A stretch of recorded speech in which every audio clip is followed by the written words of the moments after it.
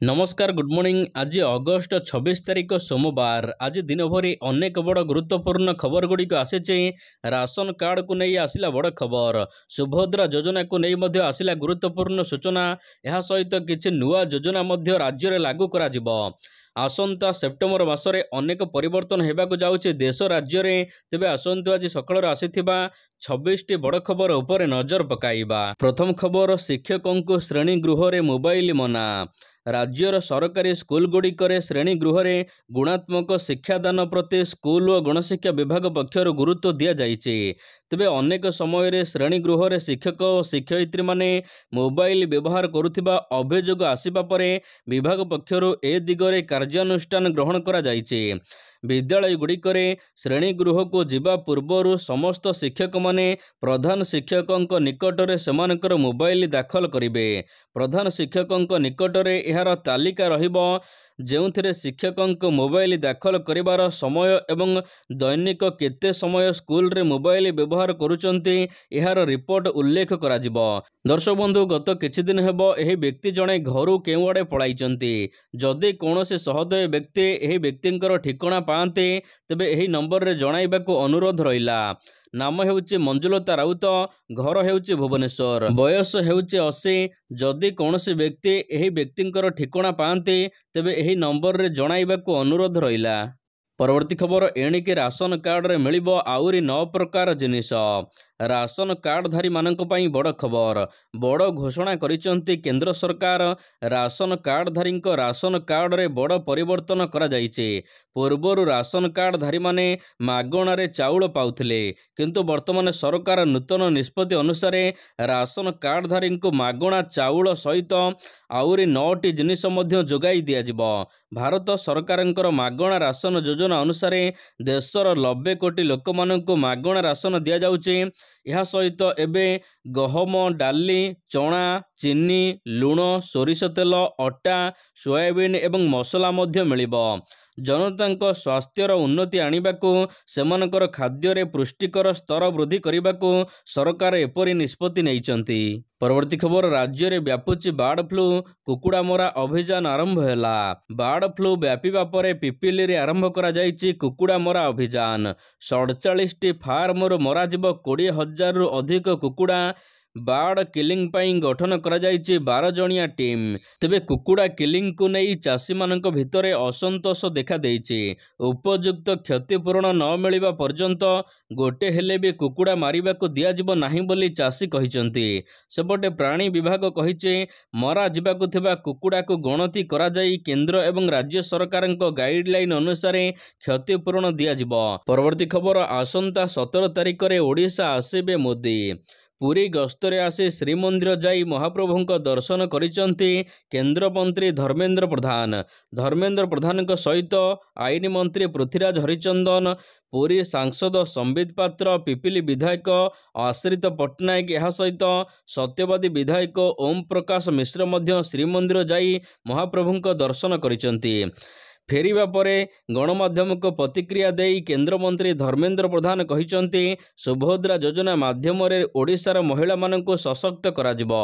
आसंता 17 तारिख रे प्रधानमंत्री नरेंद्र मोदी ओडिशा आसी एही कार्यक्रम उद्घाटन करने सहित हिताधिकारी अकाउंट को अर्थ प्रदान करिवे। पुरी को अत्याधुनिक आध्यात्मिक सहर भाव में गढ़ी तोलिबा पई किछि आवश्यकता रहिछि बोली मध्य कहिसंती।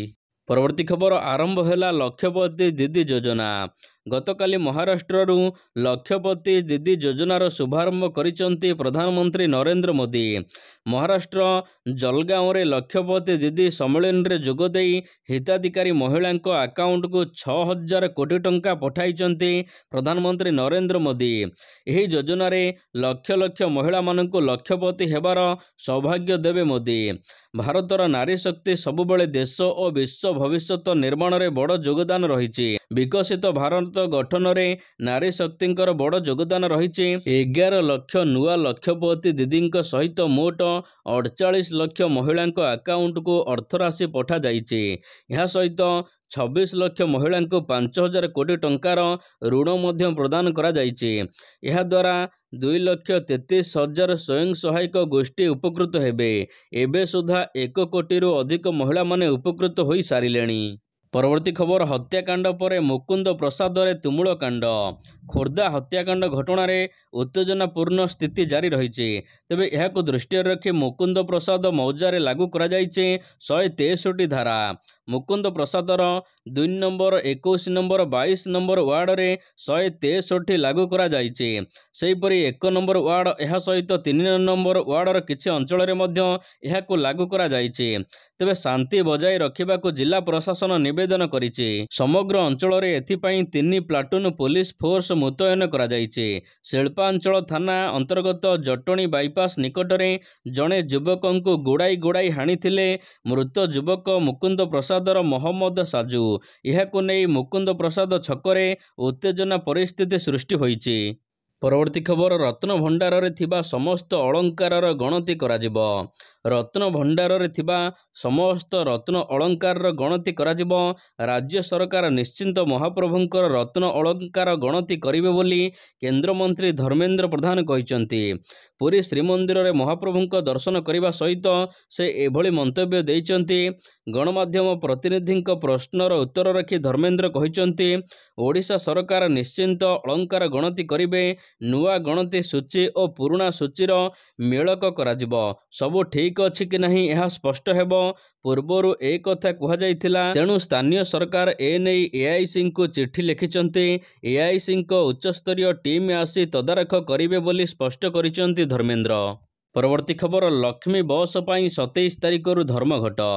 ମାଲକାନଗିରି ଜିଲ୍ଲାରେ ଲକ୍ଷ୍ମୀ ବସ୍କୁ ବିରୋଧ। ଏସି ଲକ୍ଷ୍ମୀ ବସ୍କୁ ମାଲକାନଗିରି ଜିଲ୍ଲା ଘରୋଇ ବସ୍ ମାଲିକ ସଂଘ ବିରୋଧ କରିଛି। ସଂଘ ପକ୍ଷରୁ ଆୟୋଜିତ ଏକ ସାମ୍ବାଦିକ ସମ୍ମିଳନୀ କରାଯାଇ ଆସନ୍ତା 26 ତାରିଖ ଭିତରେ ଟାଇପ୍ 2 ଲକ୍ଷ୍ମୀ ପାସ୍ ଯଦି ବନ୍ଦ କରା ନଯାଏ ତେବେ 27 ତାରିଖ ସକାଳ 7ଟାରୁ ଅନିର୍ଦ୍ଦିଷ୍ଟ କାଳ ପର୍ଯ୍ୟନ୍ତ ଘରୋଇ ବସ୍ ଚଳାଚଳ ବନ୍ଦ ରହିବ ବୋଲି କୁହାଯାଇଛି। ଟାଇପ୍ 1 ଅର୍ଥାତ୍ ପଞ୍ଚାୟତରୁ ବ୍ଲକ ସଦର ମହକୁମାକୁ ଆସୁଥିବା ଲକ୍ଷ୍ମୀ ବସ୍କୁ ବିରୋଧ କରୁନାହିଁ ଘରୋଇ ବସ୍ ମାଲିକ ସଂଘ। କିନ୍ତୁ ଟାଇପ୍ 2 ଅର୍ଥାତ୍ ବ୍ଲକ ସଦର ଜିଲ୍ଲା ସଦର ପର୍ଯ୍ୟନ୍ତ ଚଳାଚଳ କରୁଥିବା ଲକ୍ଷ୍ମୀ ବସ୍କୁ ବିରୋଧ କରୁଛି ସଂଘ। କାରଣ ଏହି ଏସି ବସ୍ ଚାଲିଲେ ଜିଲ୍ଲା ଧରଣରେ ଆସୁଥିବା ଯାଉଥିବା ଲୋକମାନେ ଘରୋଇ ବସ୍ରେ ଆଉ ଯାତାୟାତ କରିବେ ନାହିଁ। ଏଥିପାଇଁ ଘରୋଇ ବସ୍ର କ୍ଷତି ହେବ। ପରବର୍ତ୍ତୀ ଖବର ବିଜେପିରେ ଗୁରୁତ୍ୱପୂର୍ଣ୍ଣ ବୈଠକ। ତୃଣମୂଳ ସ୍ତରରେ ବିଜେପିର ସଂଗଠନକୁ ସୁଦୃଢ଼ କରିବାକୁ ବିଜେପି ଆପଣାଇବ ନୂଆ ରଣନୀତି। ଏଥିପାଇଁ ବ୍ଲୁ ପ୍ରିଣ୍ଟ ପ୍ରସ୍ତୁତ କରାଯାଉଛି। ଗତକାଲି ରାଜ୍ୟ ବିଜେପି ସଭାପତି ମନମୋହନ ସାମଲଙ୍କ ଅଧ୍ୟକ୍ଷତାରେ ଆରମ୍ଭ ହୋଇଛି କୋର୍ କମିଟି ବୈଠକ। ଏହି ବୈଠକରେ ମୁଖ୍ୟମନ୍ତ୍ରୀ ମୋହନ ଚରଣ ମାଝୀ ଉପସ୍ଥିତ ରହିଛନ୍ତି। ଏହା ସହିତ ଉପମୁଖ୍ୟମନ୍ତ୍ରୀ ପ୍ରଭାତୀ ପରିଡ଼ା, କେନ୍ଦ୍ରମନ୍ତ୍ରୀ ଧର୍ମେନ୍ଦ୍ର ପ୍ରଧାନ ମଧ୍ୟ ଉପସ୍ଥିତ ରହିଥିଲେ। ବିଜେପିର ସଂଗଠନକୁ କିପରି ତୃଣମୂଳ ସ୍ତରରେ ମଜବୁତ କରାଯିବ ଏନେଇ ବୈଠକରେ ଆଲୋଚନା ଚାଲିଛି। ପରବର୍ତ୍ତୀ ଖବର ହୀରାକୁଦରେ ଖୋଲିଲା ଆଉ 6ଟି ଗେଟ୍। ହୀରାକୁଦ ଜଳଭଣ୍ଡାରରେ ଏବେ ଖୋଲିଛି ଆଉ 6ଟି ଗେଟ୍। ଉପର ମୁଣ୍ଡରୁ ପ୍ରବଳ ଜଳ ପ୍ରବେଶ କରୁଥିବାରୁ ହୀରାକୁଦରେ ଜଳଭଣ୍ଡାରରେ ଆଉ 6ଟି ଗେଟ୍ ଖୋଲାଯାଇଛି। ପୂର୍ବରୁ 14ଟି ଗେଟ୍ ଖୋଲା ଥିଲା। ଏବେ ଆଉ 6 ମିଶିବା ପରେ ସମୁଦାୟ 20ଟି ଗେଟ୍ ଦେଇ ବନ୍ୟା ଜଳ ନିଷ୍କାସନ ଜାରି ରହିଛି। ବର୍ତ୍ତମାନ ବାମ ପାର୍ଶ୍ୱରୁ 13 ଓ ଡାହାଣ ପାର୍ଶ୍ୱରୁ 7ଟି ଗେଟ୍ ଦେଇ ବନ୍ୟା ଜଳ ନିଷ୍କାସନ ହେଉଛି। ତେବେ ଜଳଭଣ୍ଡାରର ଜଳସ୍ତର ଏବେ 621.97 ଫୁଟରେ ପହଞ୍ଚିଥିବା ବେଳେ ପ୍ରତି ସେକେଣ୍ଡରେ 3,95,405 କ୍ୟୁସେକ୍ ଘନ ଜଳ ପ୍ରବେଶ କରୁଛି। ପରବର୍ତ୍ତୀ ଖବର ରାଜ୍ୟରେ ପ୍ରବଳ ବର୍ଷା ସମ୍ଭାବନା ରହିଛି। ଉତ୍ତର ବଙ୍ଗୋପସାଗରରେ ସୃଷ୍ଟି ହୋଇଥିବା ଘୂର୍ଣ୍ଣିବଳୟ ପ୍ରଭାବରେ ରାଜ୍ୟରେ ପ୍ରବଳ ବର୍ଷାର ସମ୍ଭାବନା ରହିଛି। 24 ଘଣ୍ଟା ମଧ୍ୟରେ ମୟୂରଭଞ୍ଜ, ସମ୍ବଲପୁର, ଦେବଗଡ଼, କେନ୍ଦୁଝର, ଢେଙ୍କାନାଳ, ଅନୁଗୁଳ, ସୁନ୍ଦରଗଡ଼, ଝାରସୁଗୁଡ଼ା ଆଦି ଜିଲ୍ଲାରେ କିଛି ସ୍ଥାନରେ ପ୍ରବଳ ବର୍ଷାର ସମ୍ଭାବନା ରହିଛି। ପାଣିପାଗ ବୈଜ୍ଞାନିକଙ୍କ ସୂଚନା ଅନୁସାରେ ଆସନ୍ତା 2 ସପ୍ତାହରେ ରାଜ୍ୟରେ ବର୍ଷାର ପରିମାଣ ସ୍ୱାଭାବିକଠାରୁ ଅଧିକ ରହିବ। ରାଜ୍ୟର ଉପକୂଳ, ପଶ୍ଚିମ ଓ ଉତ୍ତର ଭାଗରେ ଅଧିକ ବର୍ଷା ସମ୍ଭାବନା ରହିଛି। ତେବେ ଚଳିତ ମୌସୁମୀ ଋତୁରେ ଗତ ଜୁନ୍ 1 ତାରିଖରୁ ଆଜି ସୁଦ୍ଧା ରାଜ୍ୟରେ ସ୍ୱାଭାବିକ ବର୍ଷାଠାରୁ କମ୍ ବର୍ଷା ହୋଇଛି। ଏହି ସମୟରେ 845.8 ମିଲିମିଟର ବର୍ଷା ହେବା କଥା, କିନ୍ତୁ 764 ମିଲିମିଟର ବର୍ଷା ରେକର୍ଡ ହୋଇଛି। ପରବର୍ତ୍ତୀ ଖବର ଜାଗା ମିଶନରେ ମିଳିବ ଜାଗା। ଗୃହ ଓ ନଗର ଉନ୍ନୟନ ବିଭାଗ ପକ୍ଷରୁ ସହରାଞ୍ଚଳରେ ବସବାସ କରୁଥିବା ଭୂମିହୀନ ବସ୍ତି ବାସିନ୍ଦାଙ୍କୁ ଥଇଥାନ କରିବାକୁ ଜାଗା ମିଶନ ହୋଇଥିଲା।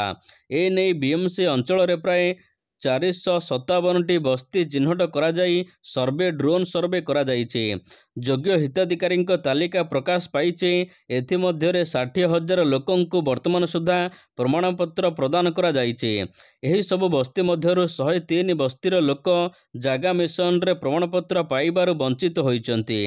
ଏହିସବୁ ବସ୍ତି ଜଙ୍ଗଲ ଜମି, ରେଲୱେ, ଜଳସମ୍ପଦ ରାଜସ୍ୱ ଥିବାରୁ ସେମାନଙ୍କର ଜମି ବଣ୍ଟନ କରାଯାଇପାରିନି। ଏଥିମଧ୍ୟରେ ସବୁଠାରୁ ଅଧିକ ସିଂହଭାଗ ହେଉଛି ସାଲିଆସାହି। ଏଥିରେ ମୋଟ 39ଟି ବସ୍ତି ବଞ୍ଚିତ ରହିଛି। ଜଙ୍ଗଲ ବିଭାଗ ପକ୍ଷରୁ ଅନୁମୋଦନ ମିଳିନଥିବାରୁ ଏବେ ଜାଗା ଦିଆଯାଇପାରୁନି। ପରବର୍ତ୍ତୀ ଖବର, ରାଜ୍ୟରେ 5 ମାସରେ ମଲେଣି 40ରୁ ଅଧିକ ହାତୀ। ପେଟ୍ରୋଲିଂ ବ୍ୟବସ୍ଥା ସତ୍ତ୍ୱେ କେମିତି ପ୍ରାଣ ହରାଉଛନ୍ତି ହାତୀ? ଏହା ଏବେ ବଡ଼ ପ୍ରଶ୍ନ।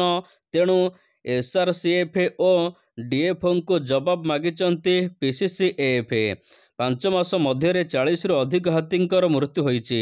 ପେଟ୍ରୋଲିଂ ବ୍ୟବସ୍ଥା ସତ୍ତ୍ୱେ କେମିତି ହାତୀ ପ୍ରାଣ ହରାଉଛନ୍ତି ଏନେଇ ରିପୋର୍ଟ ଦେବାକୁ କୁହାଯାଇଛି। ପରବର୍ତ୍ତୀ ଖବର, ଆସନ୍ତା 27 ତାରିଖରେ ତେଲକୋଇ ବନ୍ଦ। କେନ୍ଦୁଝର ଜିଲ୍ଲାର ତେଲକୋଇରେ ସମାକୋଇ ଚକଦର ପ୍ରକଳ୍ପକୁ ନେଇ ଗାଁ ଗାଁରେ ବିରୋଧର ସ୍ୱର ଉଠିଛି। ଆସନ୍ତା 27 ତାରିଖରେ ସମାକୋଇ ଚକଦର ପ୍ରକଳ୍ପ ନିର୍ମାଣକୁ ବିରୋଧ କରି ତେଲକୋଇ ବନ୍ଦ ଡାକରା ଦିଆଯାଇଛି। ଲୋକଙ୍କ ସହିତ ସ୍ଥାନୀୟ ବିଧାୟକ ଡାକ୍ତର ଫକୀର ମୋହନ ନାୟକ ମଧ୍ୟ ସ୍ୱର ମେଳି କରିଛନ୍ତି। ଏନେଇ ବିଧାୟକଙ୍କ ନେତୃତ୍ୱରେ ଏକ ପ୍ରତିନିଧି ଦଳ କିଛିଦିନ ପୂର୍ବରୁ ମୁଖ୍ୟମନ୍ତ୍ରୀ ମୋହନ ଚରଣ ମାଝୀଙ୍କୁ ମଧ୍ୟ ଭେଟି ଆସିଛନ୍ତି। ତେବେ କୌଣସି ପରିସ୍ଥିତିରେ ଏଠାରେ କୌଣସି ପ୍ରକଳ୍ପ କରାଇ ଦିଆଯିବ ନାହିଁ ବୋଲି କୁହାଯାଇଛି। ପରବର୍ତ୍ତୀ ଖବର, ବିଜେପିର ମିଟିଂରେ ସାଂସଦଙ୍କ ସମର୍ଥକଙ୍କ ହଙ୍ଗାମା। ବିଜେପି ସଦସ୍ୟତା କର୍ମଶାଳାରେ ସାଂସଦ ଅପରାଜିତା ଷଡ଼ଙ୍ଗୀଙ୍କ ସମର୍ଥକ ହଟ୍ଟଗୋଳ କରିଛନ୍ତି। ଜୟଦେବ ନିର୍ବାଚନ ମଣ୍ଡଳୀ ଅନ୍ତର୍ଗତ ବାଲିଅନ୍ତା ବ୍ଲକ ବାଳକାଟି ସ୍ଥିତ ଶ୍ରୀ କନଭେନ୍ସନ ଠାରେ ଖୋର୍ଦ୍ଧା ଜିଲ୍ଲା ସ୍ତରୀୟ ବିଜେପି ସଦସ୍ୟତା କର୍ମଶାଳା ଗତକାଲି ହୋଇଥିଲା। ତେବେ ଏଠାରେ ସାଂସଦଙ୍କର ସମର୍ଥକମାନେ ହଙ୍ଗାମା କରିଛନ୍ତି, ହଟ୍ଟଗୋଳ କରିଛନ୍ତି। ପରବର୍ତ୍ତୀ ଖବର, ଅଗଷ୍ଟ 30 ତାରିଖରେ ଶ୍ରୀମନ୍ଦିର ପରିଚାଳନା କମିଟି ବୈଠକ। ଶ୍ରୀମନ୍ଦିର ପରିଚାଳନା କମିଟି ବୈଠକ ଆସନ୍ତା 30 ତାରିଖରେ ବସିବ। ବର୍ତ୍ତମାନ ଥିବା ପରିଚାଳନା କମିଟି ଏହାର ଶେଷ ବୈଠକ ହେବ, କାରଣ ଏହାର କାର୍ଯ୍ୟକାଳ ସେପ୍ଟେମ୍ବର 3ରେ ସରୁଛି। ବୈଠକରେ ରଥଯାତ୍ରା ଆଡ଼ପ ବିଜେ ବେଳେ ଠାକୁରଙ୍କର ଅଘଟଣ ସହିତ ଏହି ଘଟଣାରେ 3 ଜଣିଆ ତଦନ୍ତକାରୀ ଟିମ୍ ଦେଇଥିବା ରିପୋର୍ଟର ଏବେ ଅନୁଧ୍ୟାନ କରାଯିବ। ଏହାଛଡ଼ା ରଥଯାତ୍ରାର ବ୍ୟବସ୍ଥାବଳୀ ଉଲ୍ଲଂଘନ କରିବା, ଅଣସେବାୟତଙ୍କୁ ରଥରେ ଚଢ଼ାଇବା, ରଥରେ ଦାରୁବ୍ରହ୍ମଙ୍କ ସହିତ ସେବାୟତମାନେ ଫଟୋ ଉଠାଇବା ଭଳି ଘଟଣାର ସମୀକ୍ଷା କରାଯିବ। ପରବର୍ତ୍ତୀ ଖବର, ଆଜି ବନ୍ଦ ରହିବ ମୁଖ୍ୟମନ୍ତ୍ରୀଙ୍କର ଅଭିଯୋଗ ଶୁଣାଣି। ଆଜି ଅଗଷ୍ଟ 26 ତାରିଖରେ ବନ୍ଦ ରହିବ ମୁଖ୍ୟମନ୍ତ୍ରୀଙ୍କର ଅଭିଯୋଗ ଶୁଣାଣି। ଭୁବନେଶ୍ୱର ୟୁନିଟ୍ 5 ସ୍ଥିତ ମୁଖ୍ୟମନ୍ତ୍ରୀଙ୍କ ଅଭିଯୋଗ ପ୍ରକୋଷ୍ଠରେ ଆଜି ଜନଶୁଣାଣି ବନ୍ଦ ରହିବ। ଏ ସମ୍ପର୍କରେ ସାଧାରଣ ପ୍ରଶାସନ ସାଧାରଣ ଅଭିଯୋଗ ବିଭାଗ ପକ୍ଷରୁ ସୂଚନା ଦିଆଯାଇଛି। ଆଜି ସରକାରୀ ଛୁଟି ଥିବାରୁ ଆଜି ଜନଶୁଣାଣି ବନ୍ଦ ରହିବ ବୋଲି ବିଭାଗ ପକ୍ଷରୁ କୁହାଯାଇଛି। ପରବର୍ତ୍ତୀ ଖବର, ଶଙ୍ଖ ଭବନରେ ବିଜେଡିର ପ୍ରଶିକ୍ଷଣ ଶିବିର। ଶଙ୍ଖ ଭବନରେ ଗତକାଲି ହୋଇଛି ବିଜେଡିର ପ୍ରଶିକ୍ଷଣ ଶିବିର। ନବନିର୍ବାଚିତ ବିଧାୟକମାନଙ୍କ ପାଇଁ ଦିନିକିଆ ପ୍ରଶିକ୍ଷଣ ଶିବିର ହୋଇଥିଲା। ନବନିର୍ବାଚିତ ବିଧାୟକଙ୍କ ସହିତ ବିଜେଡିର ସମସ୍ତ ବିଧାୟକ, ପୂର୍ବତନ ବିଧାୟକ, ସାଂସଦମାନେ ଏହି କାର୍ଯ୍ୟକ୍ରମରେ ଯୋଗ ଦେଇଛନ୍ତି। ରବିବାର ଦିନ ପୂର୍ବାହ୍ନରେ ଏହି କାର୍ଯ୍ୟକ୍ରମକୁ ଉଦ୍ଘାଟନ କରିଥିଲେ ବିରୋଧୀ ଦଳ ନେତା ନବୀନ ପଟ୍ଟନାୟକ।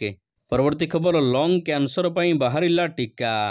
ବିଶ୍ୱରେ କର୍କଟ କାରଣରୁ ମୃତ୍ୟୁ ସଂଖ୍ୟା ବଢ଼ିବାରେ ଲାଗିଛି। ଫୁସ୍ଫୁସ୍ କର୍କଟ ହେତୁ ଅଧିକାଂଶ ମୃତ୍ୟୁ ଘଟିଥାଏ। ପ୍ରତିବର୍ଷ ପ୍ରାୟ 18 ଲକ୍ଷ ଲୋକ ଫୁସ୍ଫୁସ୍ କର୍କଟରେ ମୃତ୍ୟୁବରଣ କରୁଛନ୍ତି। ଡାକ୍ତରମାନେ ଏହାର ଚିକିତ୍ସା ଉପରେ ବହୁ ବର୍ଷ ଧରି ଅନୁସନ୍ଧାନ କରୁଥିଲେ। ବର୍ତ୍ତମାନ ଏହାକୁ ହରାଇବାକୁ ବିଶ୍ୱରେ ପ୍ରଥମ ଟିକା ବାହାରି ସାରିଛି। ଏହି ଟିକାର ଟ୍ରାଏଲ୍ ଆରମ୍ଭ କରାଯାଇଛି, ଯାହାକି କୋଭିଡ୍-19 ଟିକା ପରି ମେସେଞ୍ଜର RNA ଉପରେ ଉପଯୋଗ କରେ। ଏହି ପରୀକ୍ଷା 7ଟି ଦେଶରେ ଆରମ୍ଭ କରାଯାଇଛି। ଏହି ଟିକାକରଣର ପ୍ରଥମ ପରୀକ୍ଷା ବ୍ରିଟେନରେ 76 ବର୍ଷ ବୟସ୍କା ଜାନୁନ୍ ସାରୋଜଙ୍କ ଉପରେ କରାଯାଇଛି। ପରବର୍ତ୍ତୀ ଖବର ମାଗଣା ବୋରିଂ ଯୋଜନାରେ ମିଳୁଛି ସବସିଡି ଟଙ୍କା। ମାଗଣା ବୋରିଂ ପାଇଁ କୃଷକମାନଙ୍କୁ 100% ସବସିଡି ସୁବିଧା ଦିଆଯାଉଛି। ଏହିଭଳି ପରିସ୍ଥିତିରେ ଏହି ଯୋଜନା ଅଧୀନରେ ଚାଷୀମାନଙ୍କୁ ନିଜ କ୍ଷେତ୍ରରେ ଜଳସେଚନ କରିବାକୁ ପକେଟରୁ କୌଣସି ଟଙ୍କା ଖର୍ଚ୍ଚ କରିବାକୁ ପଡ଼ିବନି। ସରକାର ବର୍ତ୍ତମାନ 70 ମିଟର ଗଭୀରତା ବିଶିଷ୍ଟ ନଳକୂପ ପିଛା 328 ଟଙ୍କା ହାରରେ ସର୍ବାଧିକ 15,000 ଟଙ୍କା ସବସିଡି ପ୍ରଦାନ କରୁଛନ୍ତି। 100 ମିଟର ଗଭୀରତା ପାଇଁ ସର୍ବାଧିକ 35,000 ଟଙ୍କା ସବସିଡି ଦିଆଯାଉଛି। ତେବେ ଏହି ଯୋଜନା ଅଧୀନରେ ଅନୁସୂଚିତ ଜାତି, ଅନୁସୂଚିତ ଜନଜାତି, କ୍ଷୁଦ୍ର କୃଷକମାନଙ୍କୁ ପ୍ରାଥମିକତା ମଧ୍ୟ ଦିଆଯାଉଛି। ତେବେ ଏହି ଯୋଜନା ଉତ୍ତରପ୍ରଦେଶର କ୍ଷୁଦ୍ର ଜଳସେଚନ ବିଭାଗ ପକ୍ଷରୁ ଲାଗୁ କରାଯାଇଛି। ଉତ୍ତରପ୍ରଦେଶର ଚାଷୀମାନେ ଏଥିପାଇଁ ଆବେଦନ କରିବା ସହିତ ଏଥିରେ ସବସିଡି ପାଇବେ। ପରବର୍ତ୍ତୀ ଖବର ପହିଲାରୁ ବଦଳିବ 6ଟି ନିୟମ। ଆରମ୍ଭ ହେବ ସେପ୍ଟେମ୍ବର ମାସ। ସେପ୍ଟେମ୍ବର ମାସ ଆସିବା ସହିତ ଅନେକ ନିୟମ ପରିବର୍ତ୍ତନ ହେବ। ତେବେ ଏଥିରେ ପ୍ରତି ମାସ 1 ତାରିଖରେ ଏଲ୍ପିଜି ଦର ପରିବର୍ତ୍ତନ ହୋଇଥାଏ। ନୂଆ ଏଲ୍ପିଜି ଦର 1 ତାରିଖରେ ଆସିବ। ଏହା ସହିତ ସିଏନ୍ଜି, ପିଏନ୍ଜି ଦାମରେ ମଧ୍ୟ ସଂଶୋଧନ କରାଯିବ। ସେପ୍ଟେମ୍ବର 1 ତାରିଖରୁ ନକଲି କଲ୍ ଓ ମେସେଜ ଉପରେ ଲାଗିପାରେ ପ୍ରତିବନ୍ଧକ। ଏନେଇ ପୂର୍ବରୁ ଟେଲିକମ୍ କମ୍ପାନୀଗୁଡ଼ିକୁ ନିର୍ଦ୍ଦେଶ ଦେଇଛି ଟ୍ରାଏ।